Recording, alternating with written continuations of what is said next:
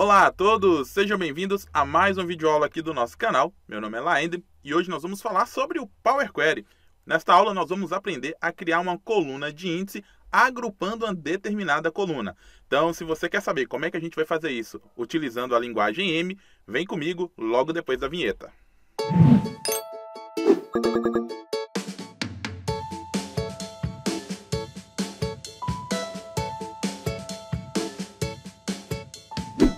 Já estou aqui com um arquivo que você pode fazer o download na descrição do vídeo e abrir o editor de consultas para que a gente possa começar o trabalho. O que nós vamos fazer é criar uma coluna que se chamará número do item, que basicamente é uma coluna de índice que deve ser reiniciada para cada código do pedido diferente. Para a gente fazer isso, nós vamos ter que fazer algumas etapas.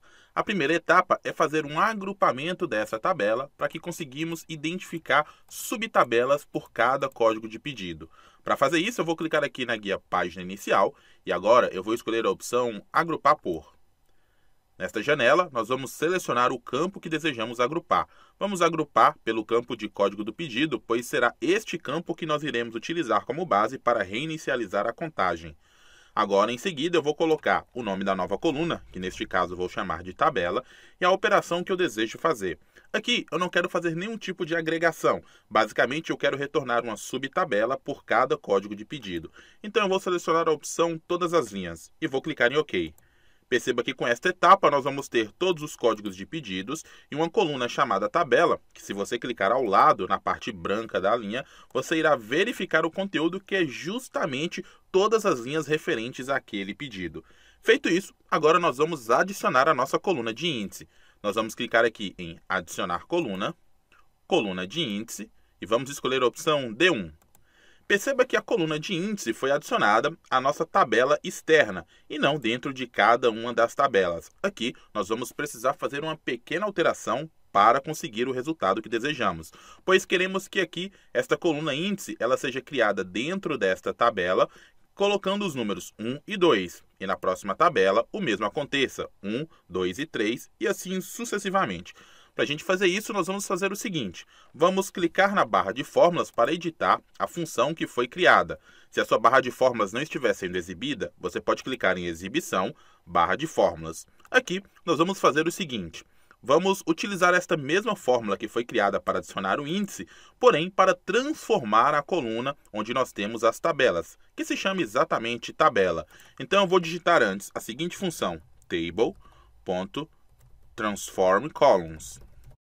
Lembre-se que a linguagem M é uma linguagem case sensitive, então você deve prestar atenção nas letras maiúsculas e minúsculas. Eu vou abrir parênteses e o primeiro argumento desta função é a tabela em que eu quero transformar uma ou mais colunas. Aqui queremos transformar a tabela que já havia antes de adicionarmos essa coluna índice, que é a etapa anterior, linhas agrupadas. Você pode perceber que foi exatamente a esse nome que a função table.IndiceColumn usou como referência para adicionar a nossa coluna de índice. Então eu vou copiar este nome aqui, vou dar um Ctrl C e vou colocar aqui logo após o parênteses, pois será a tabela que nós vamos utilizar como referência para transformar a coluna. Vou pressionar vírgula e continuar a minha fórmula. O segundo argumento desta função, table.transformColumns, é uma lista que deve conter como primeiro argumento desta lista a coluna que eu quero transformar e o segundo argumento a função que eu vou utilizar para transformar esta coluna. Então, eu vou abrir aqui as chaves para iniciar a lista e vou digitar entre aspas o nome da coluna que eu quero transformar. E vou pressionar vírgula. Perceba que eu digitei a palavra tabela, pois é exatamente o nome da coluna que nós criamos quando fizemos o agrupamento.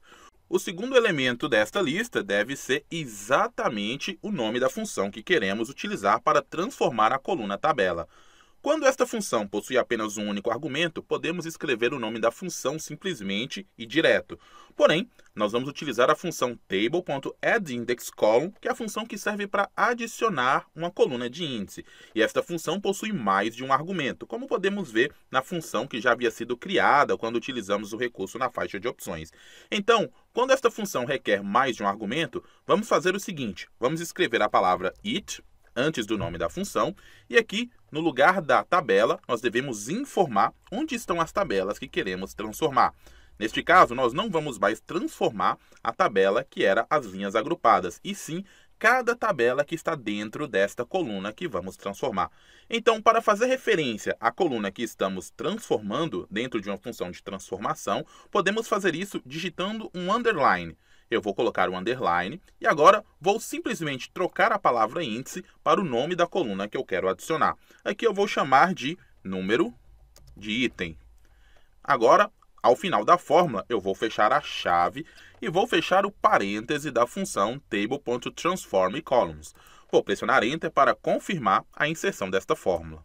Ao pressionar Enter, parece que nada aconteceu, mas se você prestar bastante atenção, verá que, se clicando nesta tabela, uma coluna chamada número de item foi adicionada dentro da tabela e não mais na parte exterior, como estava sendo criado ao utilizar o recurso do menu. Aqui podemos visualizar que cada tabela está individualizada e o índice é adicionado dentro de cada tabela separadamente. Para você finalizar, basta você expandir esta tabela, esta coluna de tabela. Não precisamos trazer aqui o código do pedido, pois já está aqui, e também não vamos trazer o código da coluna como prefixo. Então vou desmarcar esta opção, vou clicar em OK, e agora sim nós temos lá no final uma coluna chamada número de item, que é a coluna de índice que havíamos criado, porém ela se reinicializa a cada código de pedido novo. Então é isso, espero que vocês tenham gostado dessa dica. Se vocês gostaram, não deixe de clicar no botão gostei aí para ajudar a fazer com que esse conteúdo chegue a mais pessoas. Um grande abraço e a gente se encontra no nosso próximo vídeo. Tchau, tchau!